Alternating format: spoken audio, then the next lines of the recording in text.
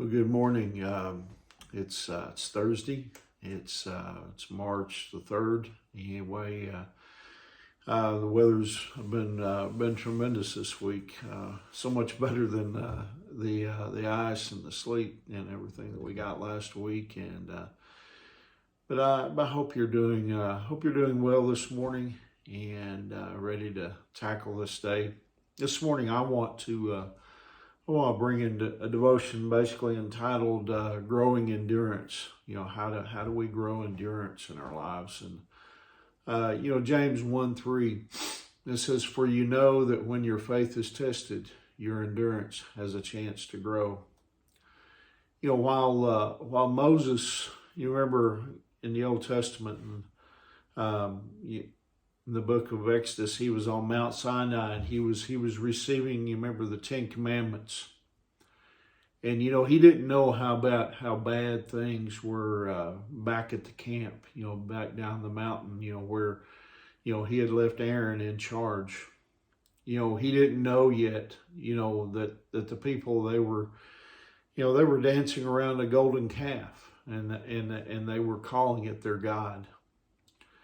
And so while he was there, the Lord said the following to him in Exodus 32, verses 9 and 10.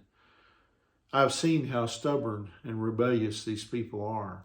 Now leave me alone so my fierce anger can blaze against them, and I will destroy them. Then I will make you, Moses, into a great nation." God was ready to destroy, the people that Moses had led out of Egypt. But you know what Moses did? He interceded for them. He prayed for them. He stood in the gap, so to speak, and he prayed for these people. And God changed his mind.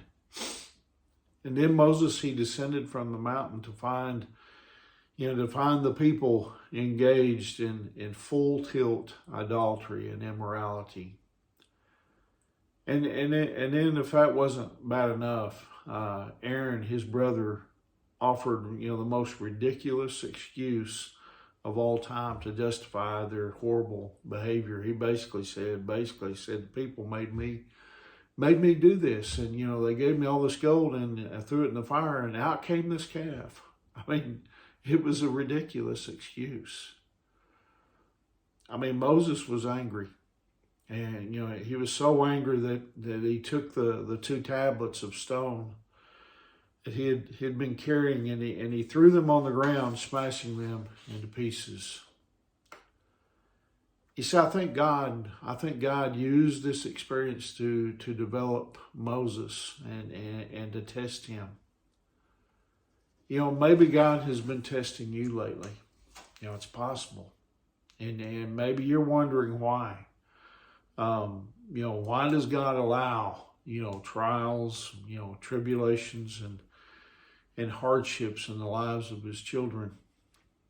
James chapter 1, it tells us there, and it'll include the verse that I read to begin with, but it also includes a verse before and after. And I want you to listen to James 1, 2 through 4. "Dear brothers and sisters, when trials of any kind come your way, consider it an opportunity for great joy. For you know that when your faith is tested, your endurance has a chance to grow. So let it grow, for when your endurance is fully developed, you will be perfect and complete, needing nothing." First off, you notice it says when troubles of any kind come your way. It doesn't say if. It says when, because they will come. And then also, I want you to notice that, he says, "For when your endurance is fully developed, you will be perfect and complete, needing nothing."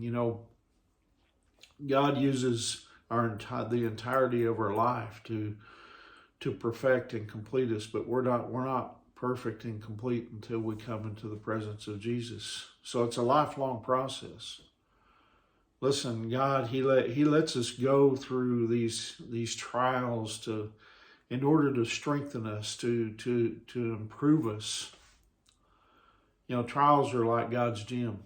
We break down the muscle to build it up and we'll be stronger as a result. It's kind of like, those of you, some of you, you may do this, or these athletes, in order to become better, they have to break down those muscles, in the weight room and then build them back up, build them up into what they want themselves to be.